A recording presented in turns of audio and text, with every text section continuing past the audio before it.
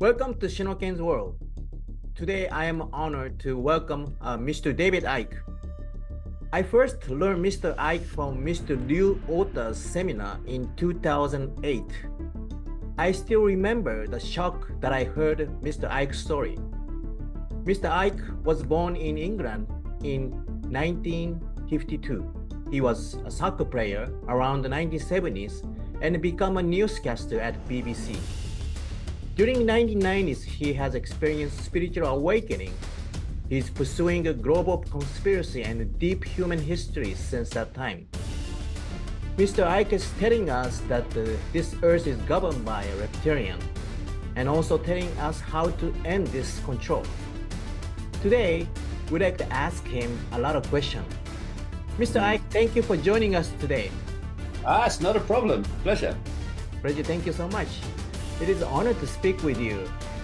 I heard you came to Japan in 2002 for the first time by Mr. Liu Ota's invitation. Can you share us your experience in Japan? Well, I was taken aback by how many people came. And Mr. Ota was an amazing man, an extraordinary human being. It was a privilege to know him. And I came again a few years later, and then was, sad to hear that he was no longer with us. But he was a very, very highly intelligent man and very well researched man. And it was a joy to know him. Yes, I really love his video too. He mentioned about you all the time in Japan. He introduced you to all the Japanese audience, and he shared your spiritual experience in his video. Can you tell us about the story when you went to the bookstore, you hear the voice and pick up some book which was written by psychic healer? Yeah, I had become a television presenter with the BBC, as you mentioned, when my football career ended with injury, or arthritis, actually. And you get on with your career and you say hello, good evening, and welcome, and all this stuff. But I was starting to become concerned at what we were doing to the environment. I'm not talking about global warming and all that stuff. I'm talking about I was seeing places I knew as a child being devastated by inappropriate development, etc. And I thought, well, how do we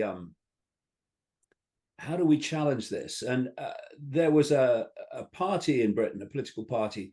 It was known as the Ecology Party at one time, and then changed its name to the Green Party. And I got involved with that. And again, the story of my life, it's a strange one, really. It's that I will decide what I want to do, and then suddenly the synchronicity and coincidences of life put me in that position. And there came a time after a while, and it was at this point when I was getting involved in the Green Party, that I started to question. I thought, okay, you're a determined bloke, and you work hard for what you want to achieve, but that can't alone explain these ridiculous coincidences all the way through my life, going into football, everything, that have just opened the doors for you. So I was starting to question what was happening to me. And then I joined the Green Party, and again, it was ridiculous. I started a party on a little island just off the south coast of England where I live, the Isle of Wight, because they didn't have one. And within a few days, or maybe a couple of weeks, we got a letter from the regional Green Party in the south of England, welcoming us to our creation, and saying, can you send a delegate to the next regional meeting? in a place called Winchester. So I said, well, I'll go. In fact, one or two of us went, and we went, and we basically navel contemplated for an afternoon, and then right at the end, the lady said, who was hosting the meeting, our representative on National Party Council is stepping down today, so we need someone to take their place. Are there any nominations? Anyone who would like to do it? And the place was quiet, right? So I said, well, I'll do it if there's no one else. And so they had a vote, and actually 2 people voted against me, even though I was the only candidate. And I said, well, what does that mean now? What do I do? They said, oh, you represent the region on National Party Council. So 2 weeks later, this is only a month since we got the first letter. I go up to a meeting near Regent's Park in London of the National Party Council, and we navel contemplate all morning, coming to no particular conclusion. And then just before lunch, just to emphasize, this is just a few small weeks before since I started the party at all and actually joined. And the guy who's running it said, we're going to need some national spokespeople for the next year. So if there are any nominations, put them in over lunch, and then we'll go through them in the afternoon. And this guy came up to me while I'm eating me green lunch and said, you're on the television, aren't you? I said, yeah, I am. Yeah. He said, you'd be confident in front of the camera, wouldn't you? I said, well, I suppose I would, yeah. He said, well, if you put your name forward, I'll second you, right? And so by 5 o'clock that afternoon, I'm the national spokesman for the British Green Party, which I've only joined a matter of a few weeks. And this is the sort of thing that has been happening to me over the years. And so I thought at that point, there's something happening here. This is ridiculous. This is not explainable by the normal course of life. Mm-hmm. And at that same time, from the early time of what would it be, 1989, I started to have this experience where if I was in a room alone, I didn't feel I was alone. It was like there was a presence in the room. And all this was new to me, but there was an obvious presence. And so that continued through 1989. And in the summer of 1989, again, the synchronicity of my life, for the first time in political history, the Green Party in Britain, in the European elections, had a massive vote, about 2 million votes, which was far and away bigger than there's ever been. And that wasn't down to me or anything. It was down to a lot of environmental programs at the time, which were highlighting things. And so I was suddenly in the media again as a politician. And I'm like, pinch me, what's happening? But this presence got more and more tangible as 1989 became early 1990. And it reached a point where I'm working for the BBC and I'm in a hotel near the BBC main studios after I've done a program. And I'm sitting on the bed in this empty room. And this presence was so tangible that I spoke out into the room. I said, if there's something there, would you please contact me, because you're driving me up the wall. And a few days later, I'm just down the road from where I live on the Isle of Wight. And I was with my son, Gareth, who's now a strapping, guy, but then was a little boy. I mean, I've been doing this for 35 years now. We were going to a cafe on the railway station on the seafront, but it was full. So we were going to go up into the town, and this railway worker, because there was a railway station on the seafront, came up to me, started talking to me about football, because, you know, that's what some of what I did at on the BBC. And then after this chat, I noticed that Gareth wasn't there anymore, but I knew where he would be. He was going to be in this news shop right next to us, where he would be reading the, you know, steam train books. Actually, we like steam trains in our family.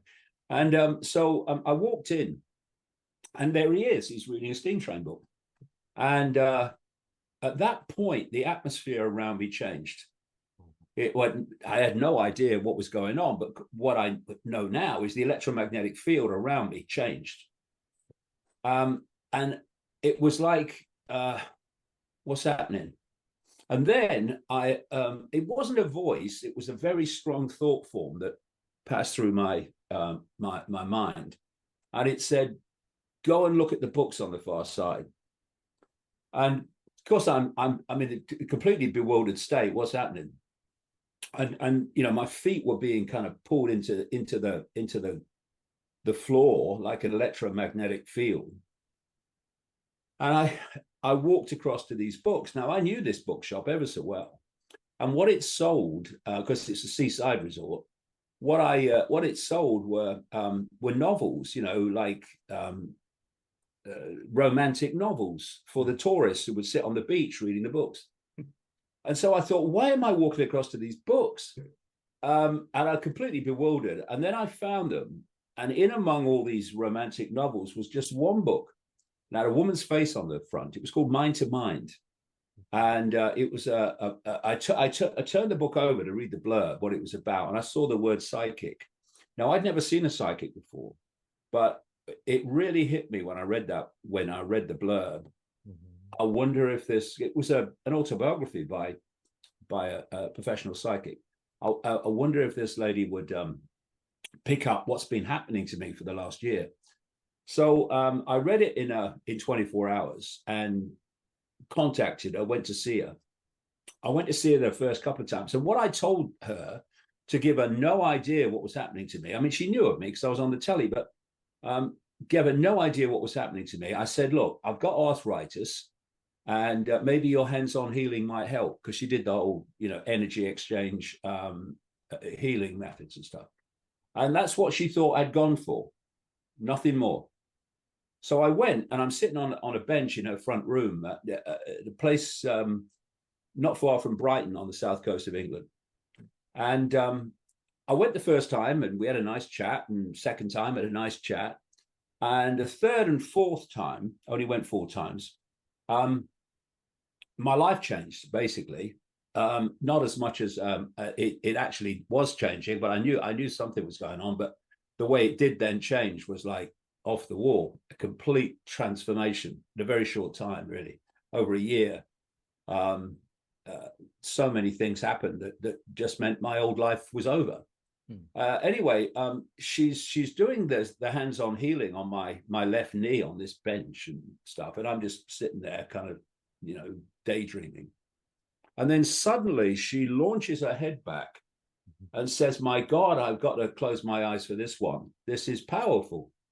So my backside is like slipping down the bench. What's going on here? It's all new to me at the time. And then she starts telling me that this figure that she can see in her head, which is just a projection, of course, was telling her that I was going to go out on a world stage and reveal great secrets, right? And I'm thinking, what? That what quote, one man cannot change the world, but one man can communicate the message that can change the world. Message that's being communicated by many people now.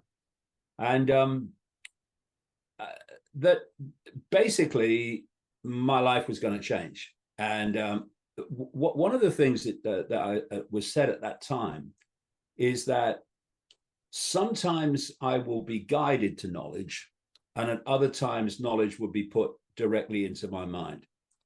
And they would always be there to protect me in the face of enormous efforts to stop me, right? So all this is new to me. Imagine you've just gone into this front room and suddenly you're hearing this stuff. And of course, your conscious mind is saying, what? But something here was saying, you got to go with this. You got to go with this. And then what happened, to cut the story short, is that out of the blue, the BBC didn't renew my contract. This was about 2 months later. So suddenly I'm out of work. Unfortunately, I've always lived well below my means, so I had a bit of a cushion to keep going. And I was able to, for a few months at least, or best part of a year, just go with this synchronicity of my life. And what it was doing was leading me to lots of different people. Again, synchronistically, often you weren't looking for them. They came into your life, that were starting to put a picture together of the fact that the people that appear to be controlling the world are not the ones that are actually controlling it. And just to finish the story, what happened in the first 2 years from 1990, 91, 92, I would be led to information.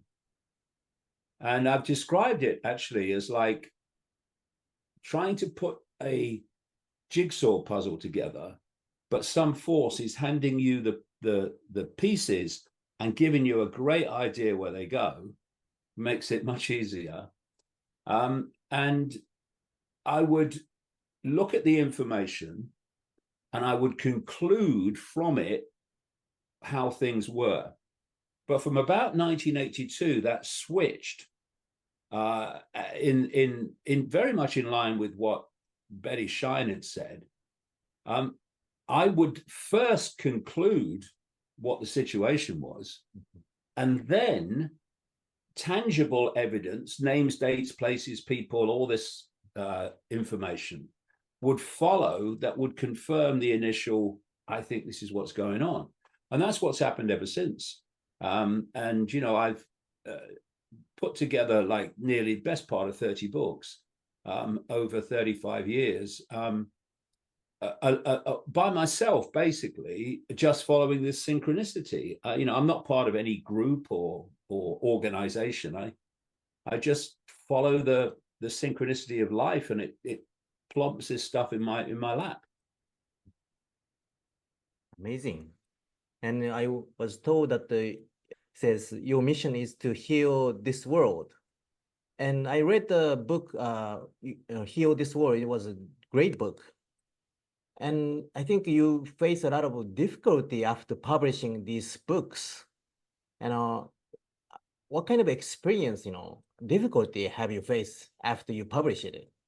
Oh, well, when I first, because I was well known in Britain from television, when I first started talking about these things and what was happening to me, of course, I was massively ridiculed by the mainstream media and ridiculed by people on an enormous scale.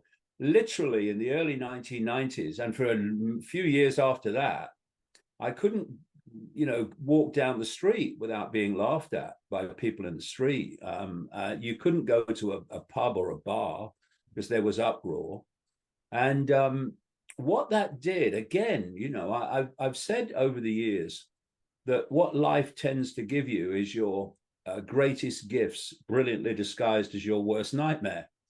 And so that mass ridicule that I went through cleared me out of the prison that most people live in, which is the fear of what other people think. So when you fear what other people think, you lose yourself, because you are continually making the judgment of what do I say, how do I say it, and what don't I say, so these people won't think I'm crazy, right? Because of the massive ridicule I went through, where it either destroys you or it turns you into steel. I don't care if people ridicule me. I've no interest, right? If they want to ridicule me, then you go ahead. That's fine. That's no problem. My motivation is I want to know what's going on.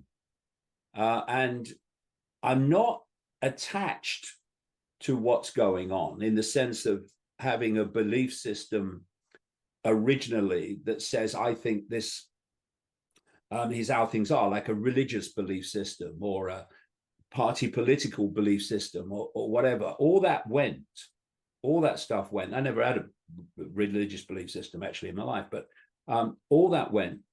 And my only interest was what is going on.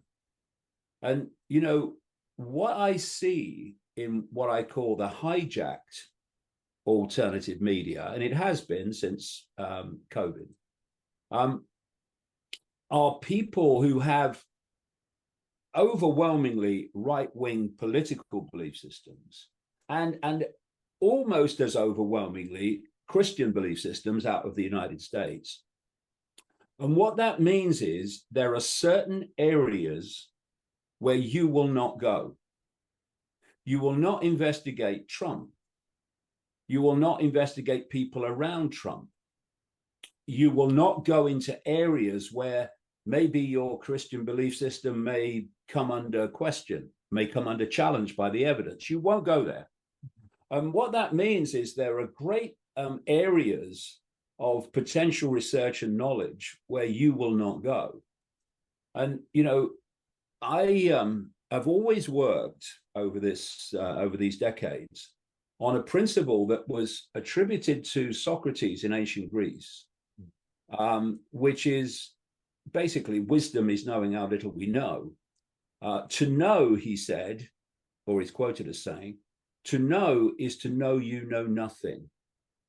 That is true knowledge. And of course, what he meant by that is, put in another way, whatever we think we know, there's always more to know. There has to be. And so what you do is, when you come to certain conclusions about what's going on, you know that there's more to know. So then the question is, what don't I know? And that drives you forward to continually push the cutting edge of what you know and go beyond it. Mm-hmm. And what happens if you have a rigid belief system, which will repel all borders, which is not for challenge in any way, is you won't go into those areas that will challenge it or potentially challenge it. And so you create like a myopia, like an eddy in a river, and the river's flowing past, but you're not interested in that, because if you go there, maybe this eddy won't look like you thought it looked. And this has put me at odds with great swathes of the rest of what they call the alternative media. When I started out, there was no alternative media. It didn't exist, just in a river. And it was literally a few disparate individuals who were asking questions that others weren't asking. There was no structure, there was no organization, nothing. And I watched it appear and I watched it grow, and I was absolutely delighted when I saw it happening. But what's happened is it's coagulated and solidified into a myopia that's basically focused on right-wing politics and Christianity, certainly in the United States and Europe too. And it stopped moving forward. So I've been challenging it on that basis, because, you know, we've got to have the humility, surely, to know how little we know and to know how much there is more to know. And so what's happened in my life over the years is, in the early 1990s, I started to see that the powers running human society weren't the powers that appeared to be running human society, that the real power was in the shadows. Mm-hmm. So I reached the point where, okay, these shadow people, who are they? And you go to the next stage, where you uncover the fact that there is a massive global secret society network, which has no borders, It operates in Japan as it operates in China, as it operates in South America, as it operates in Europe, as it operates in America. It's a global network. And that it has an agenda for the world, which is the constant centralization of power and eventually the removal of borders, and the centralized control of the world through a technocratic, unelected, centralized world government. And what's happened in the years since then, so many years since then, is that that's what's been unfolding in the world. More and more and more and more globally centralization of power. So then you ask, well, okay, this cult, as I call it, this global cult, hasn't been going for 5 minutes. So when did it start? Again, this is what it seems like, but what don't I know? When did it start? And you go back into the ancient world, you hit Babylon and Sumer and all these areas of the Middle East that came out of other areas of the world as well. But there's a real line that you can follow out of Babylon and Egypt through to Rome and into Northern Europe. And then across to America. And, you know, the British Empire was a massive vehicle for expanding this cult worldwide. Because when they gave, quote, independence to the former colonies, and it's not just Britain, Britain was the biggest one, of course, the most fundamental, but all these European empires, when they apparently rolled back, gave independence to the former colonies, they left out there the secret society networks and the bloodline families that have gone on controlling those countries ever since, but from the shadows. So people think they're voting. Oh, yeah, we're going to vote for this year. Well, what puppet do you want? You know, because that's what they are, puppets. And people are starting to see this more and more. That there is an awakening to this. And then I thought, okay, so this goes back into the ancient world, right? So what's the unifying, coordinating force that has spanned this whole period, what we perceive as history? Because, you know, people have been born, playing a part in the advancement of this agenda, which is now reaching its centralization goal. Then they've died and others have come in, they've been born. And so you've had this ongoing contribution to this agenda.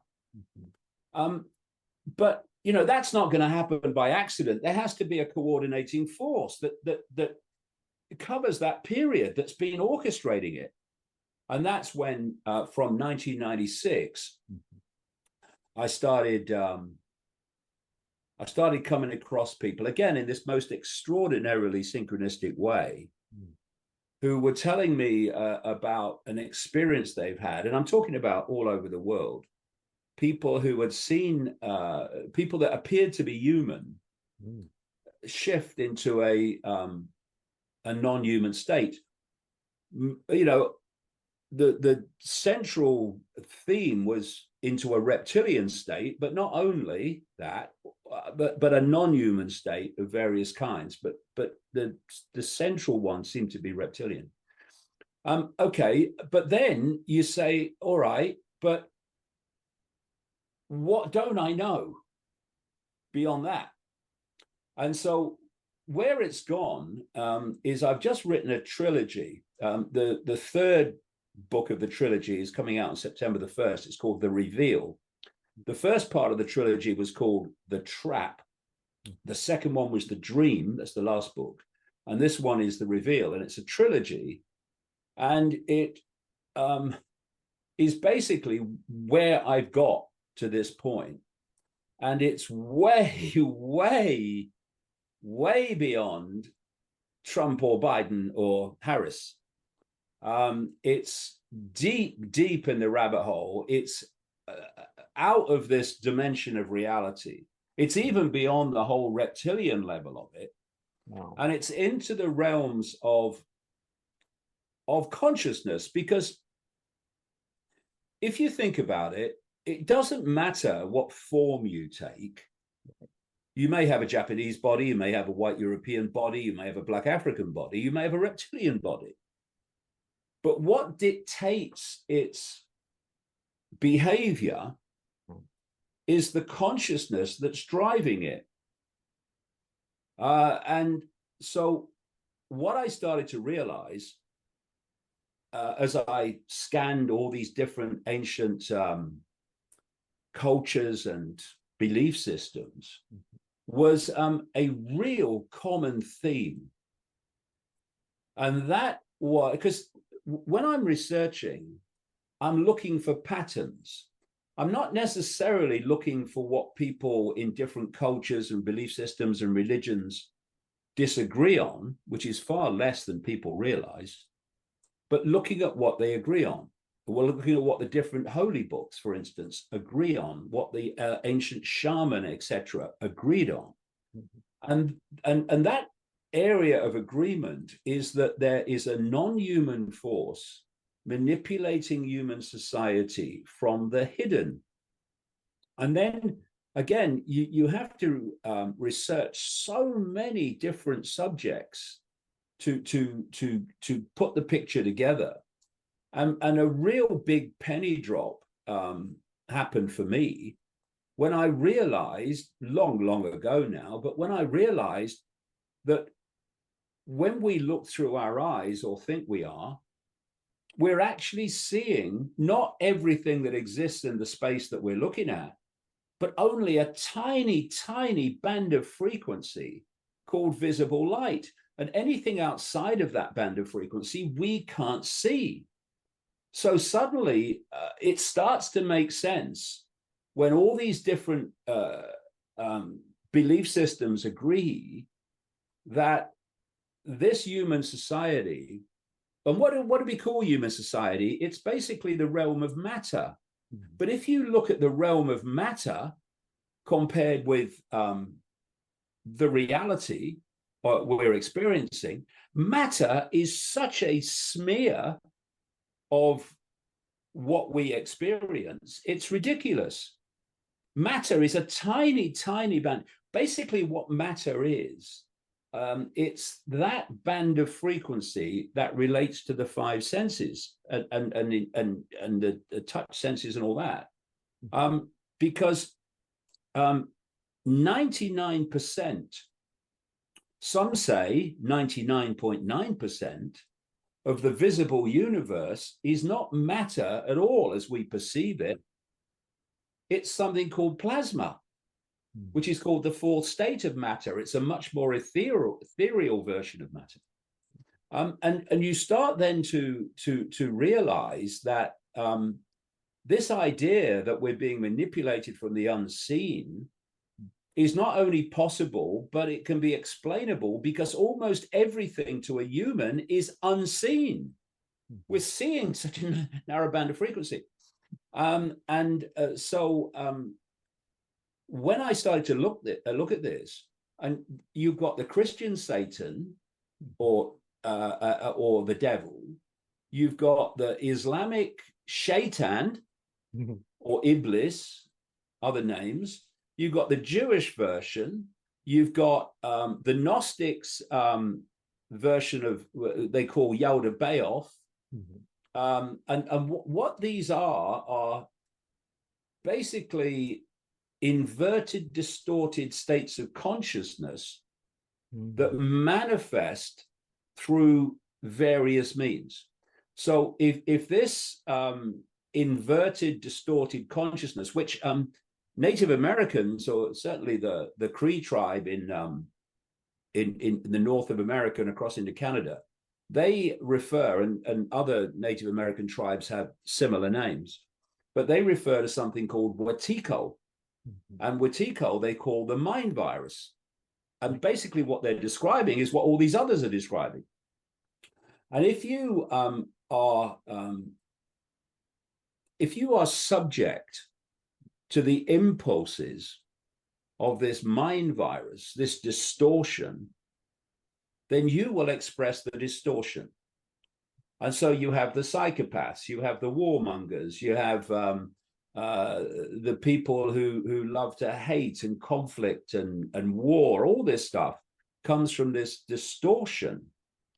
And then you have this state of balanced consciousness, which rejects all that.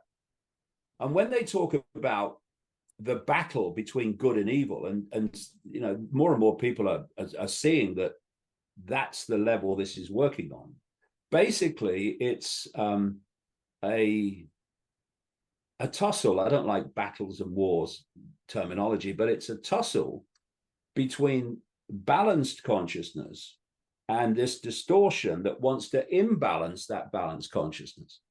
And so we're a long way, like I say, from Trump or Biden, but what we're looking at being played out in the human experience within the five sense world is actually this tussle between these two states of consciousness. And the more that I've researched, and the Gnostics certainly believe this, the more that I've realized that this reality is actually controlled by that distortion. And that's what we're pushing back against. And this distortion, one of the things this distortion lacks, which is fundamental to understanding the world, is what we call empathy. It has no ability to put itself in the experience of those that are experiencing what it is forcing them to experience. And from a balanced consciousness point of view, which has empathy, that's your that's your fail-safe mechanism of your behavior. Because if you can have empathy for how you're making others feel and what you're making them experience, well, that stops you going there, because you've got this empathy. And what I would say to people, I've been saying it over the years, to understand this global cult and its operatives and agents, which are basically expressions of this consciousness distortion, people like Gates and Schwab and all these other people, Tedros at the World Health Organization, all these people, is to understand that they have no capacity for expressing empathy. They have no capacity for having the emotion of compassion. And thus, what I call empathy is the fail-safe mechanism, like I say, of human behavior. And if you don't have empathy, you have no limits. There is nothing you will not do to get what you want, because you don't have this emotional consequence of feeling the empathy that of what you're making others experience. That you have no emotional consequence. And so you start to understand how you can do what they do. They can manipulate wars, they can do what they're doing in Gaza, and they can orchestrate a quote COVID hoax to justify the infusion of a bioweapon into billions of people. You cannot do any of that or anything more that they do, hunger in a world of plenty. You cannot, as they're doing, target farmers and farmland, so you're reducing the amount of food that's being produced. All these things, and there are endless of them. You can't do that if you have a smear of empathy, and they don't. And to understand them is to understand that. They're psychopaths, I think. So they're giving us a fear, guiltiness, or those kind of negative, emotion to us, and to destroy our oneness. And how can we overcome this difficulty? Could you advise? Well, first of all, it's to understand how the game works, what the game is. That basically makes you streetwise to what's going on. And then and that's essential. And unfortunately, what I call the hijacked alternative media has no idea what's going on. They're too focused on right-wing politics and their particular religion. But it's much deeper than any of that. It's interesting that what's happened since COVID is all these people have come into the alternative media and they've hijacked it because they get all the algorithmic promotion, all the financial promotion and all that. And basically they've created a myopia, which is a very, very narrow view of what's going on. And what that's doing as people start to awaken to the fact that the world's not like they thought it was, they're led to believe that this is what's going on, when actually this is what's going on. And it's breaking through those that myopia, that alternative myopia, into the greater picture to realize a number of things. One, we are not human. We are consciousness having a brief experience called human. And this is the area that I've really gone into since just after the turn of the millennium, and really into it in this trilogy. One day, about 2003, I mean, I'd thought about it before, over quite a period, but then it really hit me. This reality is actually a simulation, akin to the Matrix movies. And what I got very, very powerfully, very strongly, is that this is a simulation, and what we call the speed of light is the limit of the simulation at this level, because there are other levels of it. And basically, it's a perceptual trap. We are trapped in this reality and other realities of the Matrix by believing that the simulation is real. By believing, for instance, that our version of God, whatever religion we follow, created this reality, this world, when actually this distortion consciousness actually created the world we're experiencing. I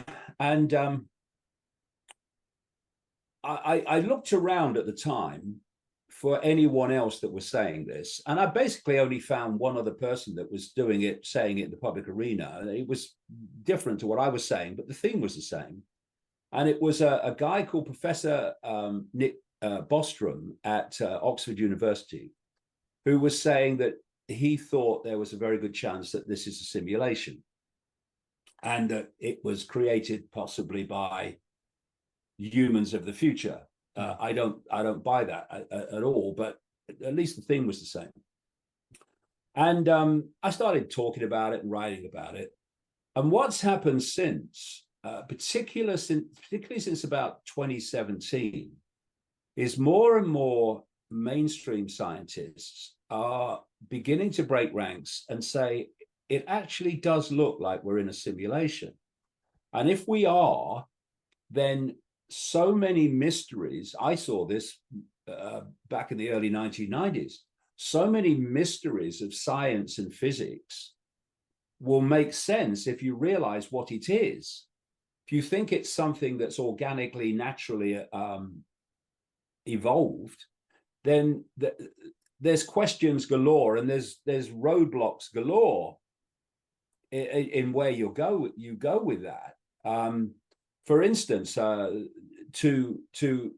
this world to evolve to what it is from what they say it was makes no sense whatsoever in terms of the statistical chance of it happening, and the time scale as we perceive time of it happening. It makes no sense. And so, you know, science talks around all these buffer stops and roadblocks, tries to make sense of them, but doesn't.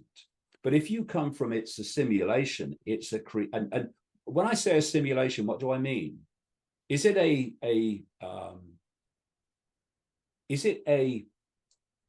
a physical construct? No, it's an information source. And what's fantastic now is the technological world that's appeared with Wi-Fi and computers and AI and all that stuff. It is mirroring the simulation. It's basically another level of it. And so suddenly people like me have the analogies to explain what we mean all around us. I mean, how the ancient shamans and people in the how they tried to who kind of saw this in their own way, in their own within their own cultural belief system, how they got that across I mean, where do you start? But of course they tried, and what happened is that they used analogies relating to their culture to try to explain what they were seeing. And then anthropologists go along and historians, and they take the symbolism literally, and they say, oh, these were primitive people. They believe this, they believe that.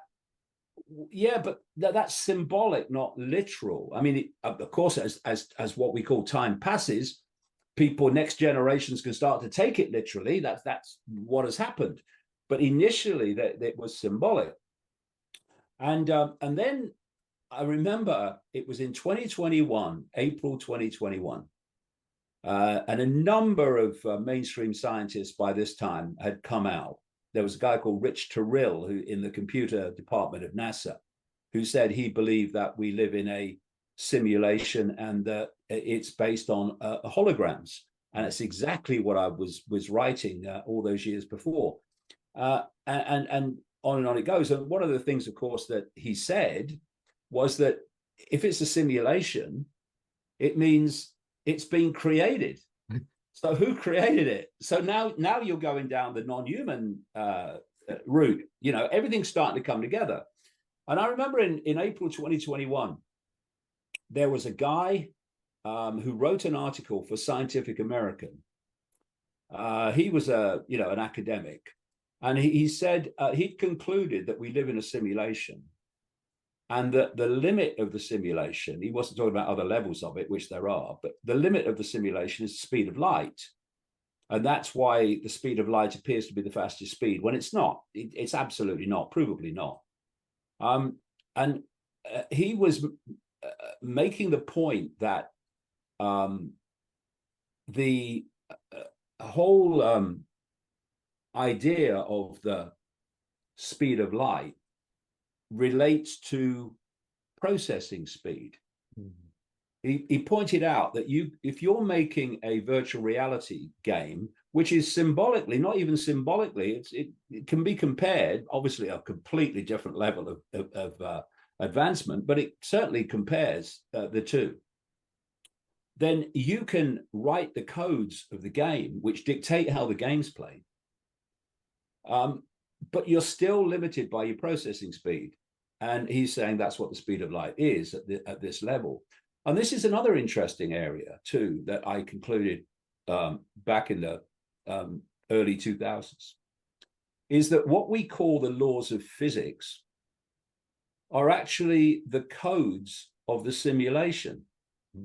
Because if you're producing a virtual reality game, what you encode into it dictates how the game's played. It takes the limits of the game, what is possible and what's not possible within the game.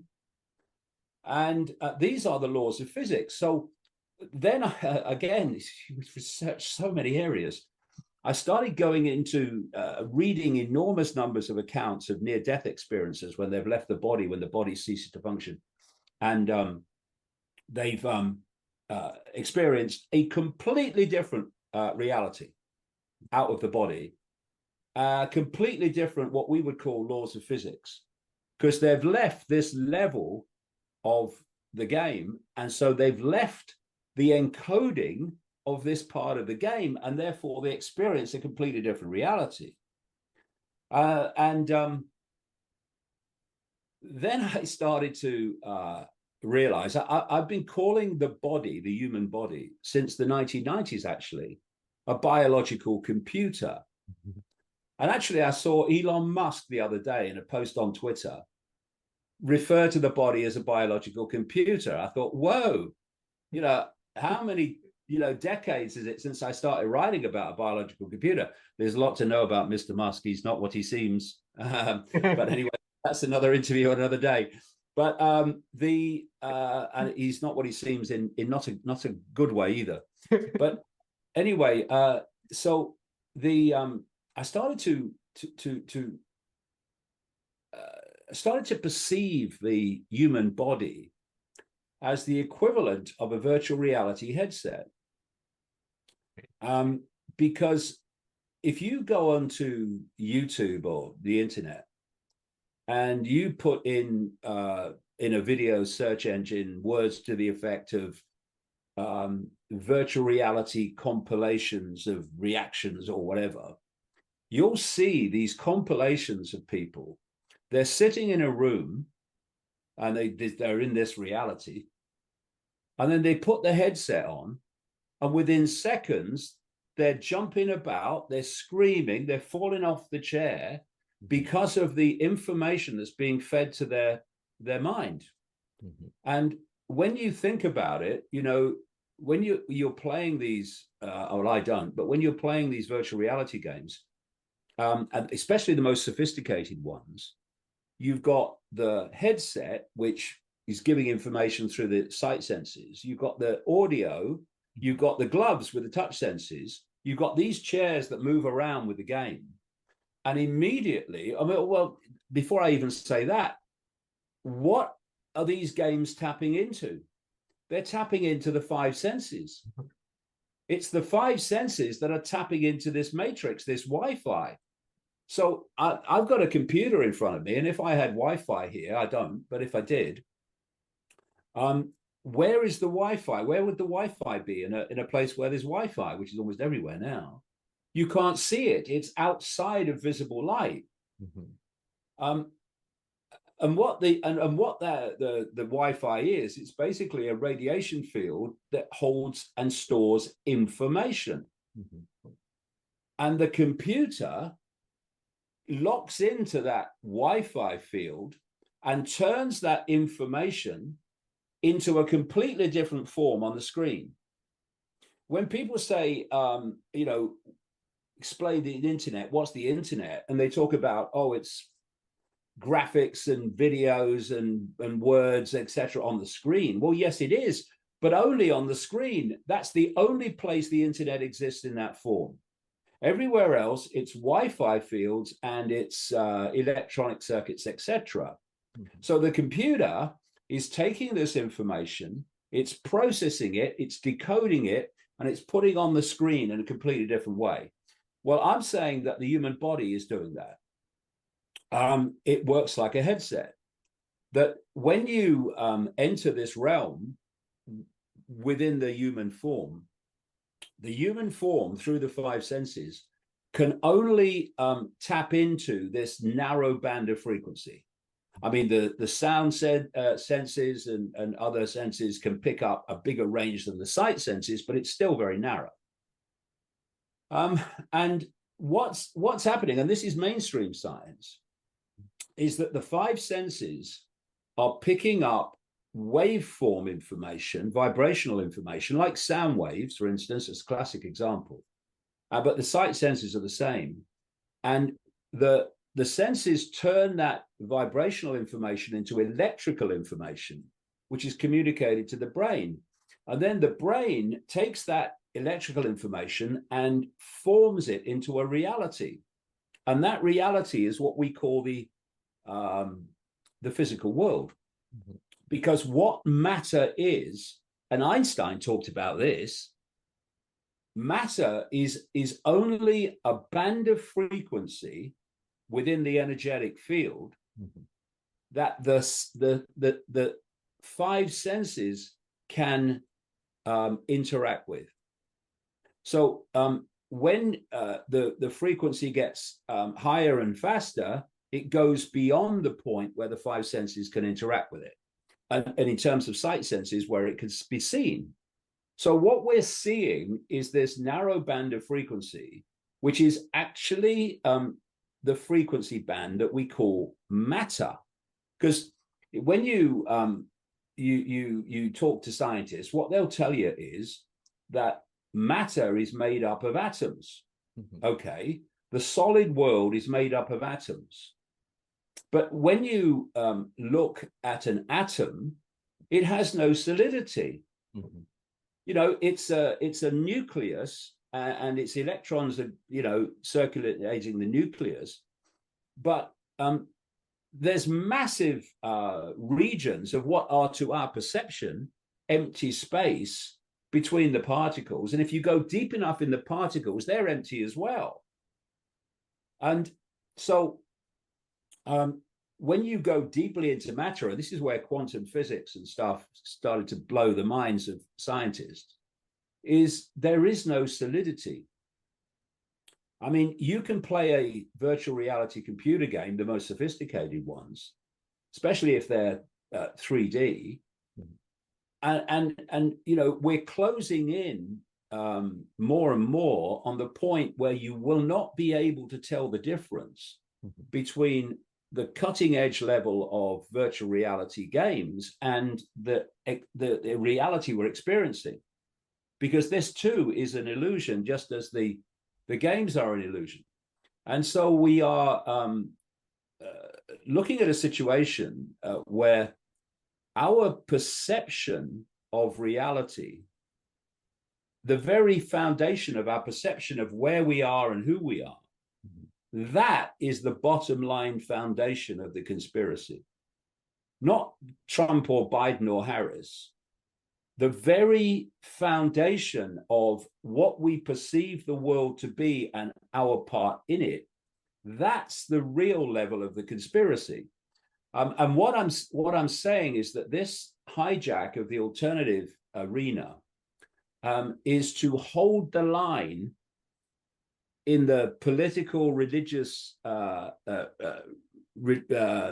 of barricade to stop people going out here and then realizing the scale, not only of the conspiracy to enslave humanity by enslaving our perception. And if you can skew what we perceive we're actually experiencing, well, that's the biggest control system you can have. But it's also stopping people reaching this point of awareness that actually they are not human. And because they're not human, they are not subject to the limitations of human that they think they are. Because the world of the five senses is one of limitation. It's one of I can't. That's the way it looks.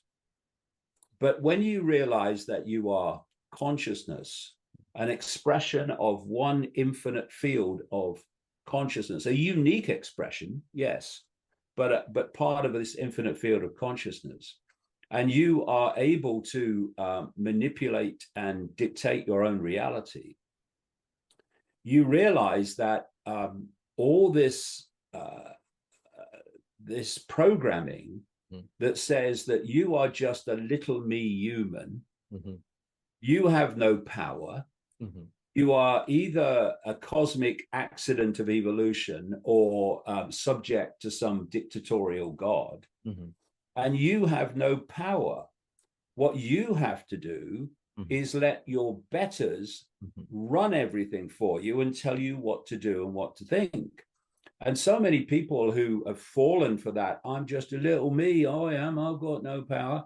They look to these people in authority to tell them what to think. And what do they tell them what to think? What suits those in authority?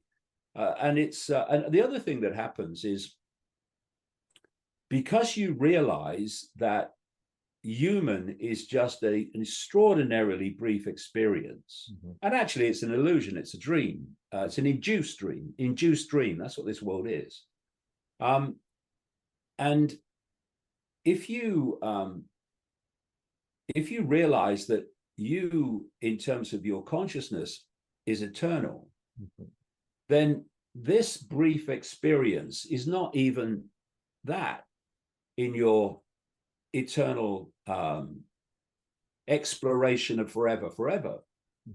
And so standing up for what you believe is right suddenly takes on a completely different view, because most people are not doing what they believe to be right. First of all, because they think, well, what is right for me, not necessarily right for everyone. But they're thinking, what are the consequences for me of standing up for what I believe to be right? And if you perceive yourself as little me human, then those consequences become massive and enormous and very frightening. So you don't do it. But when you think I am consciousness, and this is just a brief experience, it's a brief experience for only part of my consciousness, not all of it. And you know, whatever happens to me standing up for what you believe is right, well, it's not that in my eternity. So you do what you believe to be right, and you don't think about consequences. Because if you look at when people are asking the question, what can I do to make a difference to what's going on? The consequences start to be listed. If I do this, if I say this, what are the consequences for me? And of course, eventually there's enough consequences on the list for you to say, I'd like to make a difference, but not that badly. Thank you very much. But when you make those, when you make that leap out of I am David Icke, born in Leicester in 1952, to I am infinite awareness, having an experience called David Icke, born in Leicester in 1952, then consequences not only are not listed, that you never even think of them in the same way. I mean, you don't walk into traps and all that stuff. You're streetwise not to do that. But in terms of if you come from this point of what we call love, which is way beyond the human version of love, love does what it knows to be right. It doesn't do what it knows to be right when there's no consequences of doing it. It just does it. And it's not interested in consequences, because to take consequences into account is for love to say, there are circumstances in which I will not do what I know to be right. Well, I don't think that love at that level does that. It just does what it knows to be right. So, I mean, for instance, I'm challenging this alternative media, and I'm getting enormous abuse from a lot of people for doing so. But if you believe it's right, then you do it. You don't think, well, I better not say this, because, you know, people will have a go at me. No, you say it because you believe it's right. And this is the difference between perceiving yourself as a state of consciousness, having a brief experience, and believing you are that brief experience. And this is the point, that we identify ourselves as human, and therefore we think that the human experience is what we are. But the human experience is just that. It's an experience. It's briefly experienced. We are the consciousness, ultimately eternity, that is having those experiences. And it's a completely different way of seeing yourself. And, you know, my own experience is that when you ask the question, what do we do? Number one, we have to become streetwise to the game. And more than anything, streetwise to the nature of who we are. Because for me, the key is self-identity.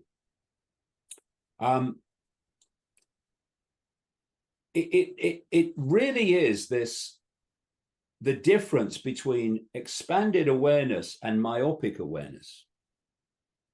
I have this phrase, what you believe you perceive and what you perceive you experience. That's the sequence. And what do we believe? We believe on the basis of information received. So if you can control the information, you control what people believe, you control what they perceive, you control how they behave and experience. And if you perceive yourself to be little me, just a human, 70 years and 10, as the Bible puts it, then your perception of reality and your self-identity is one of myopia, because you're seeing yourselves in those terms. And what that means is this energetic field of information, awareness, whatever, you are only tapping in to a tiny part of it, not because you have to, but because your myopic perception of self and reality is only tapping into that small area of potentiality and possibility. And so these people become the scientists, the mainstream scientists. They become the academics. They become the teachers. They become the politicians. They become the corporate leaders, these people.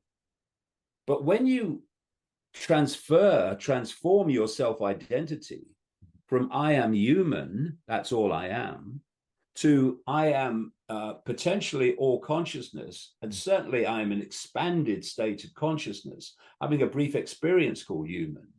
What you're doing is your perception of self-identity is expanding, and as it does so, you're expanding into greater and greater swathes of this field of information, insight, awareness, and suddenly the world looks completely different.